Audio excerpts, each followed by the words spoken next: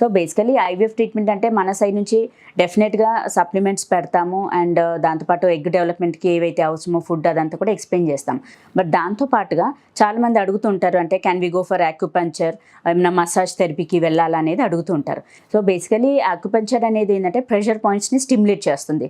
So మనకు ovarian pickup అంటే oocyte pickup అంటే కూడా జస్ట్ బిఫోర్ ఎంబ్రియో ట్రాన్స్ఫర్ యాక్యుపంక్చర్కి వెళ్ళడం వల్ల ఏంటంటే కొంచెం స్ట్రెస్ అట్లా ఉన్నా కానీ తగ్గించే ఛాన్సెస్ ఉంటుంది.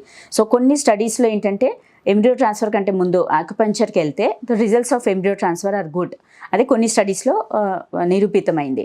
సెకండ్ థింగ్ ఏంటంటే మనకు మల్టీవిటమిన్స్, యాంటీ ఆక్సిడెంట్స్ అనేది కూడా మంచిగా తీసుకోండి అంటాం. సో దాంతో ఏంటంటే మనకి అట్లీస్ట్ ఎగ్ క్వాలిటీ బాగుంటుంది, సో మనకు వచ్చే ఎంబ్రియో క్వాలిటీ కూడా ఇంప్రూవ్ అవుతుంది అన్నట్టుగా.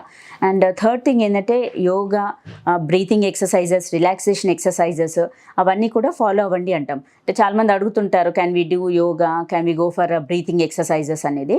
డెఫినెట్లీ అండి, అవన్నీ కూడా మీకు యూజ్ ఉంటాయి. ఇంకోటి బేసికలీ ఈవెన్ ఐవీఎఫ్కి వెళ్తున్నప్పుడు ఏంటంటే మీరు lot of mental stress, financial stress, so lot of stress అనేది ఉంటుంది ఐవీఎఫ్లో. ఆ స్ట్రెస్ రిలీవింగ్కి మీరు డెఫినెట్గా యోగా ఫాలో అవ్వాలి అండ్ బ్రీతింగ్ ఎక్సర్సైజెస్, మెడిటేషన్స్ ఇవన్నీ కూడా చేస్తే మనకు రిజల్ట్స్ అనేది positive results will be good.